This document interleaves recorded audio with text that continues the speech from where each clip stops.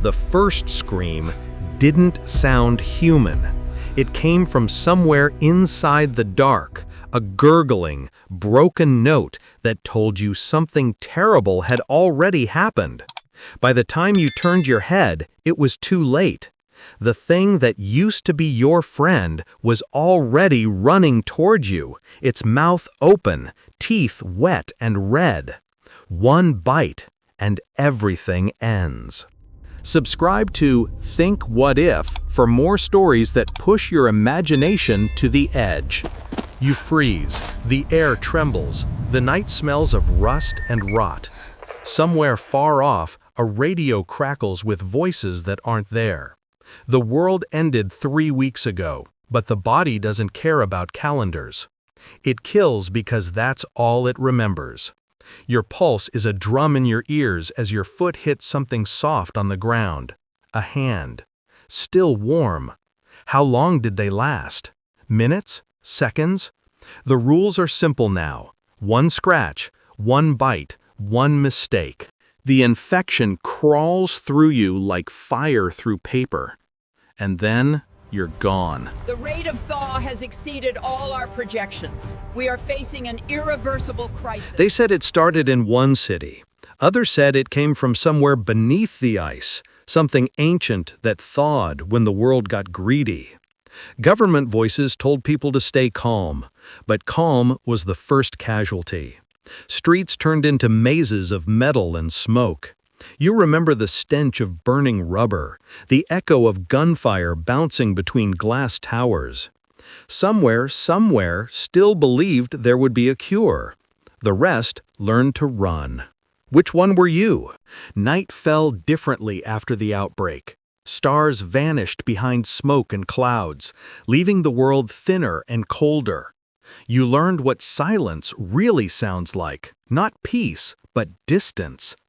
Every creak, every breath around you became a question.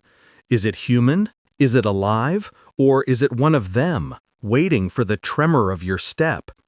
Sometimes you swore you saw faces in the dark, glimpses of who they were before the hunger took hold.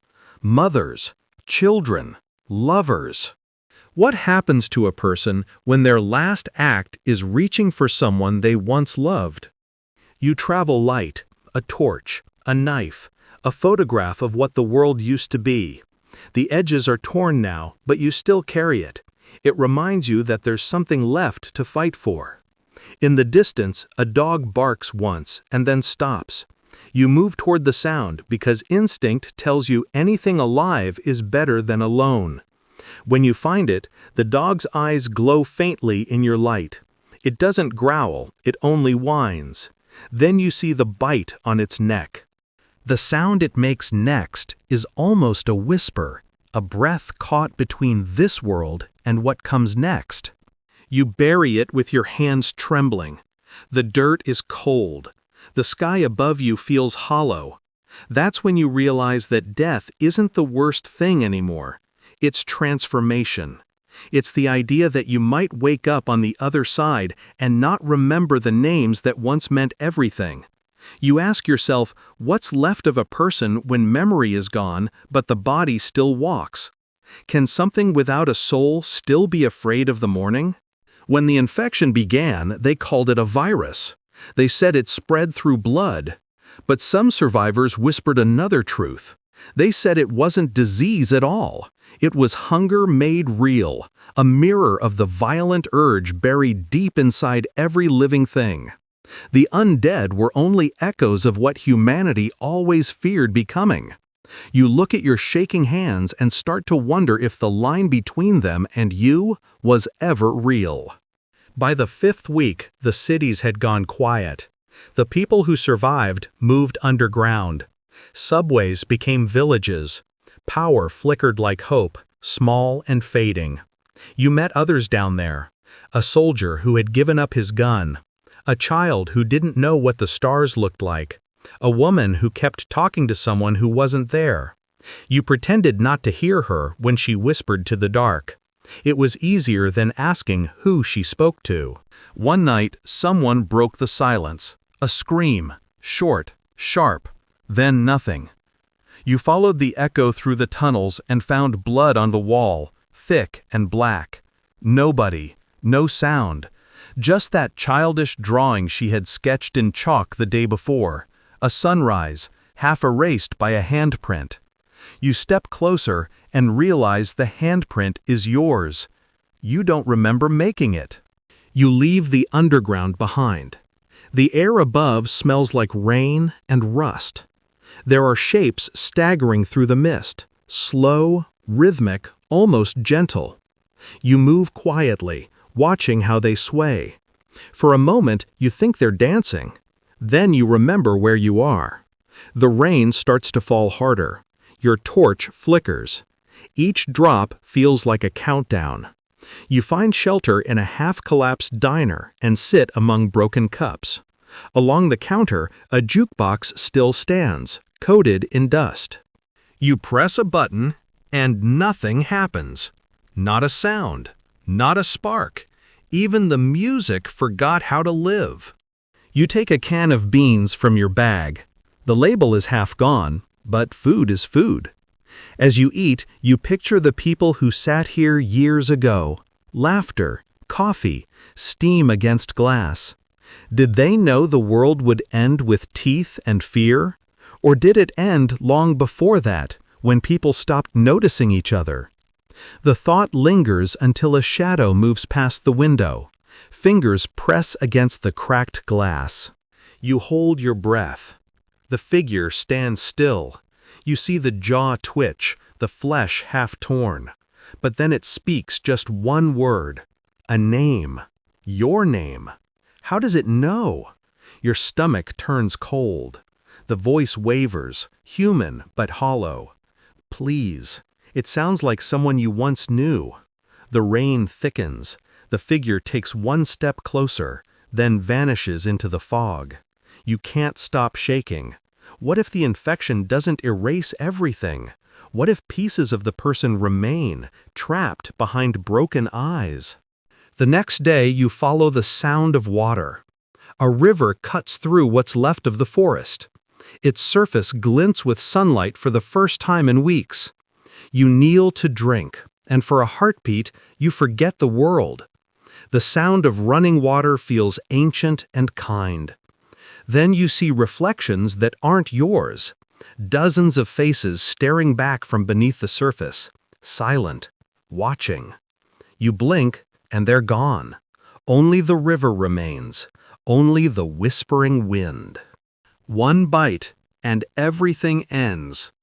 That phrase beats inside your skull like a pulse. You keep walking. Days blur. Hunger gnaws at your ribs. Hope becomes a map with no compass. Then, one evening, you spot smoke rising from the valley ahead. A camp. Maybe survivors. Maybe worse. You follow the trail with quiet steps until voices reach your ears. Real voices. Laughter. The sound feels like a miracle. But miracles cost something. You step into the light and raise your hands. 5 people stare back, each with the same hollow look as you. They don't speak.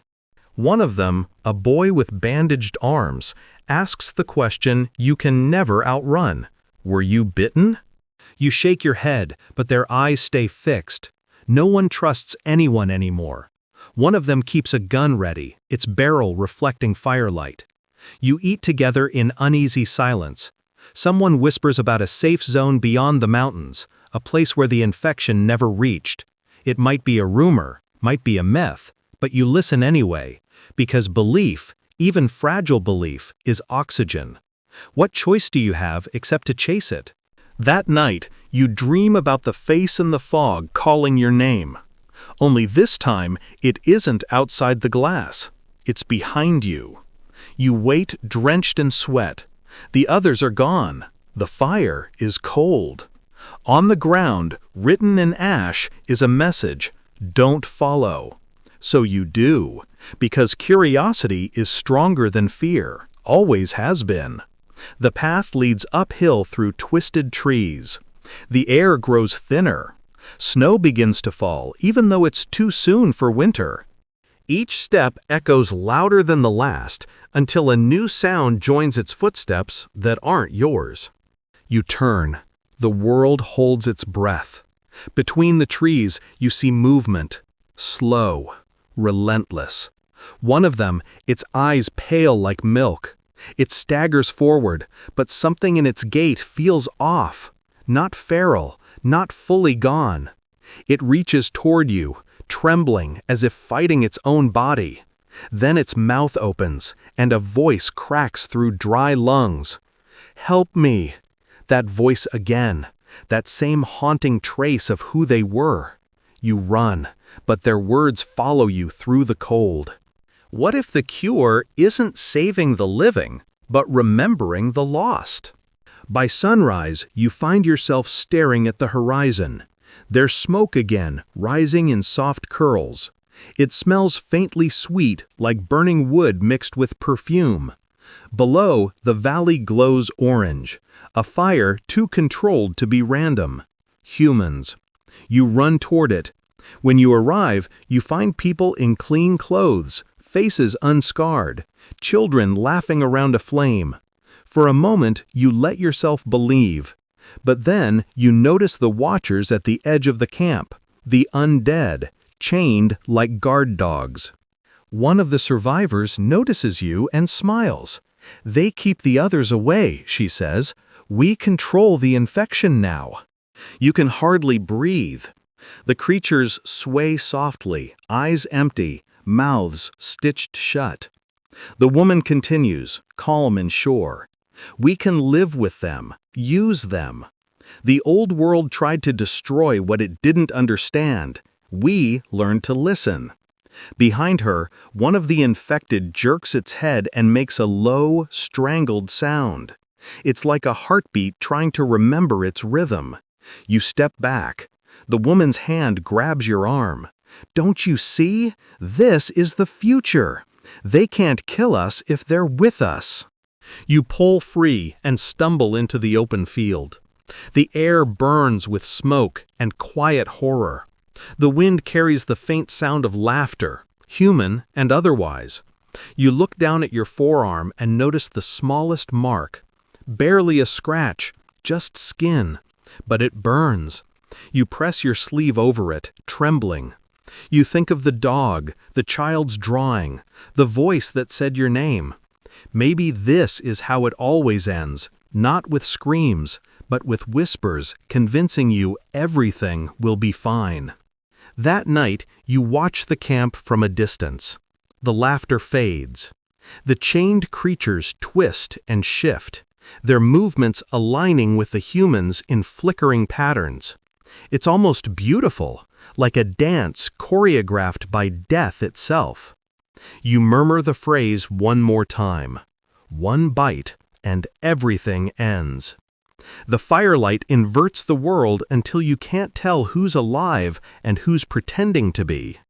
You close your eyes and hear the heartbeat again, your own or someone else's. Maybe there's no cure, because the infection isn't in the blood. Maybe it's because of fear. When the sun rises, you walk toward it anyway. The light cuts through the fog like a promise. You hold your sleeve tight over the wound, pretending it doesn't ache. The world around you begins to stir, the trees breathing, the earth humming low beneath your boots. You think about the people who tried to save humanity and wonder if they ever understood what they were saving. If the monsters learned how to walk, maybe the living learned how to forget. Either way, the road keeps going. The wind smells almost clean again. You take one last look at the horizon. There's something moving against the sun, silhouettes stumbling toward you. Maybe survivors, maybe not. You tighten your grip on the knife and smile, because for the first time, fear feels familiar. The world won't go back to what it was, but maybe it's not supposed to. Life keeps finding ways to move. You whisper to the emptiness around you, to whatever still listens. One bite, and everything ends. But sometimes, that's how everything begins. Subscribe to Think What If for more worlds you should never forget.